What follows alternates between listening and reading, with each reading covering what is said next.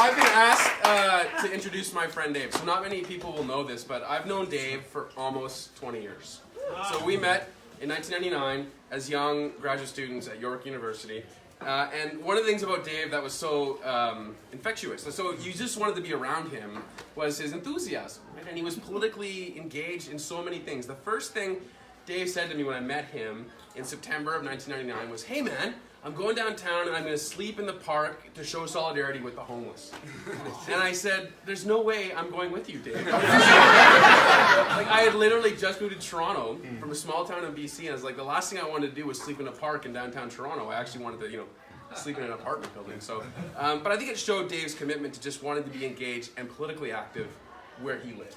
And I think, that to me, that is exactly what Dave represents today. He's become an academic, but his academic career has been defined by his political activism. And I've long admired that. We don't always agree. And that's another great thing about Dave, is that he's willing to hear the other side and say, you know what, that's a good point, I don't agree with you, and you're wrong, Chuck, but, thanks for telling me why you think that.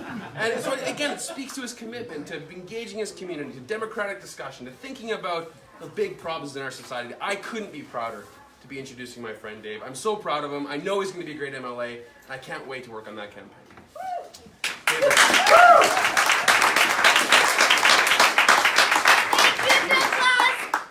McGrane!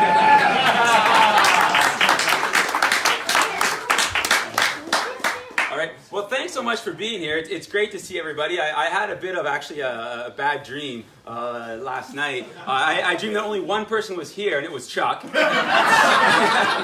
he just wanted to argue with me the entire time. So thanks so much for coming. And for me, it's a big day. Obviously, I'm moving out of the classroom and getting on to the campaign trail. And so what kind of brings me here? Why am I here today? Why I stand in front of you seeking the nomination for Churchill-Wildwood? Well, you know what? I arrived at the University of Saskatchewan almost 12 years ago. And actually, the year I arrived at the University of Saskatchewan was the last year of the NDP government, the Calgary NDP government, and the first year of the Sask Party government. And yeah, so it was kind of a bittersweet because on the one hand, I'm from Moose Jaw. I went to University of Regina. I'd been gone for a little bit. I was coming home.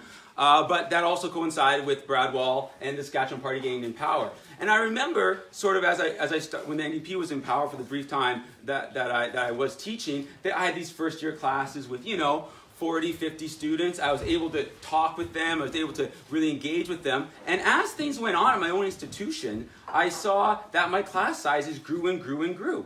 And now that first year class where I had 40 to 50 people, now I have 80 people in it. And I've seen tuition fees going up. And so what you're actually getting is you're getting students who are paying more but getting less in terms of that interaction with professors. I've seen students come up to me and say, listen, I would love to bring the textbook to class in order to learn, but I can't afford the textbook. There's a report about food insecurity at the University of Saskatchewan. I've seen Sask Party cuts elsewhere. My own children, right, in their school. Gabrielle, which is right there, want to say hi, Gabby? Yeah. Gabrielle had a bit of a speech problem when he was younger. We tried to go through the system in order to get a speech therapist to look at him, and there was like one speech therapist for something like 2,000 children. We had to go to the private sector. We were lucky we had the resources, but a lot of families don't. So what I've seen is sort of cut after cut after cut. Every day there's a new cut. There's cuts in healthcare. There's cuts in education. Very recently, they decided to shut down the archives at the University of Saskatchewan, the archives where I did my doctoral research. It's as if they don't want people at the University of Saskatchewan to study Saskatchewan. So that's really why I am pushing, and that's why I have decided to become the next MLA for Saskatoon Churchill-Wildwood.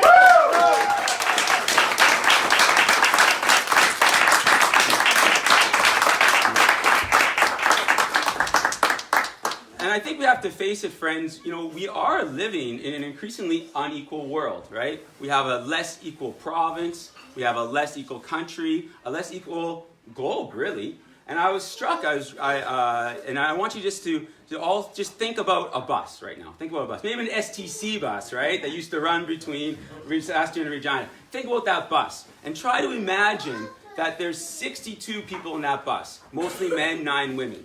Now, if you take that bus, right, of 62 people, and if you put the richest 62 people in the world in that bus, there's as much wealth in that bus as there is for half of the world's population.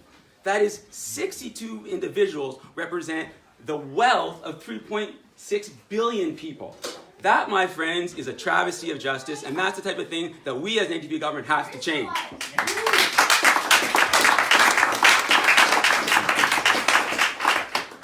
So that's part of what drives me, and I think that the fight against inequality, which is really the fight of our times, starts right here in Saskatchewan.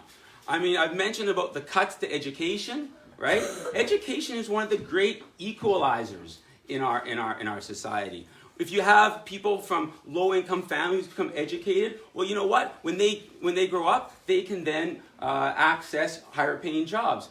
Middle-class families depend on high-quality public education so that their children can stay in the middle class and maybe even have some upward social mobility. So education is really a key part of equality. And you know what? I think very strongly that a more educated society is a more equal society.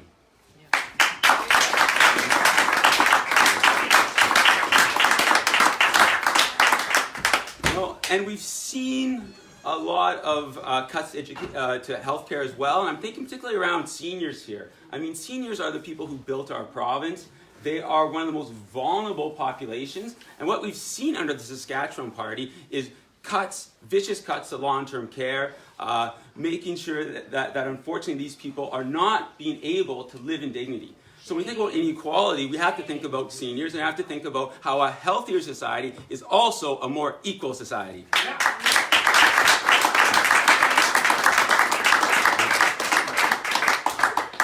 And so when we think about inequality, sometimes other things we don't necessarily think about. For instance, climate change. I think climate change is actually about inequality. If we think about who is going to get hurt the most through climate change, I mean, it's clearly the poorest people in our society that are going to get hurt the most through climate change. They're the ones that don't have the resources to escape all the effects of climate change, whether that be droughts, whether that be floods, whether that be extreme heat. Those are the people that are really going to get hurt the most through climate change. And if there is one glaring example of intergenerational inequality in human history, it has to be climate change. I mean, the generations of the 20th century and early 21st century have built a very high quality of life, and at the same time have done damage to the planet. And if we don't do something about climate change, our children, or here and our grandchildren, we're going to do what? We're going to give them a dying planet. And if that's not intergenerational inequality, I don't know what is. So it's very important, I think, that you have a Saskatchewan Party government that's basically, either they deny that climate change exists or they're putting their head in the sands. We have to get an NDP government that takes climate change seriously and that makes sure that we have a healthy planet to give to our children.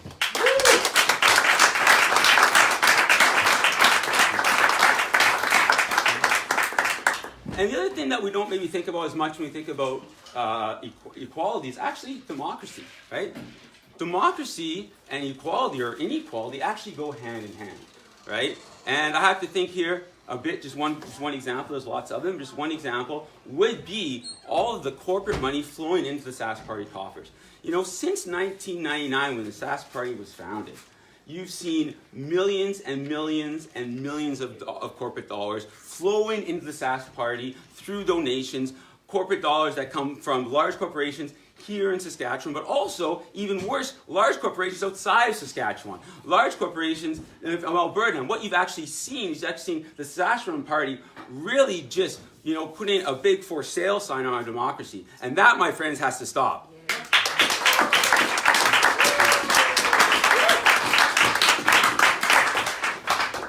So you can see that, and I don't want to be too much of a pessimist. I'm sounding like a pessimist I find here, right?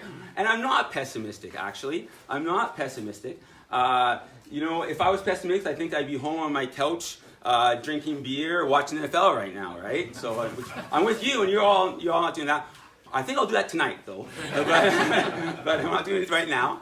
And so actually, I'm not pessimistic. I think that we have some challenges facing our society, facing our province, facing our world, particularly around inequality. But the reason why I'm optimistic is because I think that we have a chance here in Churchill-Wildwood to start to shift the tectonic plate of Saskatchewan politics. Churchill-Wildwood is the perfect example of a swing riding, a riding where if we can turn it around and win it, we're on the road to government. But unfortunately, I have to be really serious here. If we can't turn Churchill-Wildwood around, if we can't win Churchill-Wildwood, we're not going to be that better off than probably we were last election. So we are actually in a riding and we're working towards winning a riding that's going to really make a difference in Saskatchewan politics. So I want to invite you all to join my campaign to drive that change. I'm going to need help. I'm not going to be able to win Churchill-Wildwood on my own. I'm going to need everybody's help here. I'm going to need people that are going to help in terms of fundraising. My campaign, I'm predicting that I'm not going to get a lot of big corporate donors to my campaign. I'm pretty sure I wouldn't want them anyway, but I'm not going to get a lot of big corporate donors, so I'm going to need your help in terms of fundraising. Political scientists have done lots of studies, and the best way in order to get somebody to persuade them, get them out to vote for you is actually on the doorstep, to meet them, talk to them face to face. I'm going to need your help doing that. There's new parts of politics that maybe didn't exist a little while ago, particularly social media and digital outreach to amplify our message. That is something that I'm going to need help with. I'm going to need people to like, to share, to help out with social media outreach. And evidently, I think that politics, right, should be about fun, right? We should put the party back into the NDP party, right? That's Ed Broadbent, right? Actually, he said that. That's not me. Let's give him credit. So, so in that sense, I need people to help out to organize events, right? Like we're having today, in order to build up our team. So I'm really looking for, and I need Anne's help too, I guess. She's going to be. Thank you, Anne. I need my Anne. Yeah, I think Anne wants some applause, I guess. So, thanks, Anne. So I'm really I'm inviting you to join my campaign to drive change, to make the type of change that we need in this province. And I know that, you know what? I'm ready to win. I know that you're ready to win. And together, we're going to win back Saskatoon Churchill-Wildwood for the NDP. Yeah.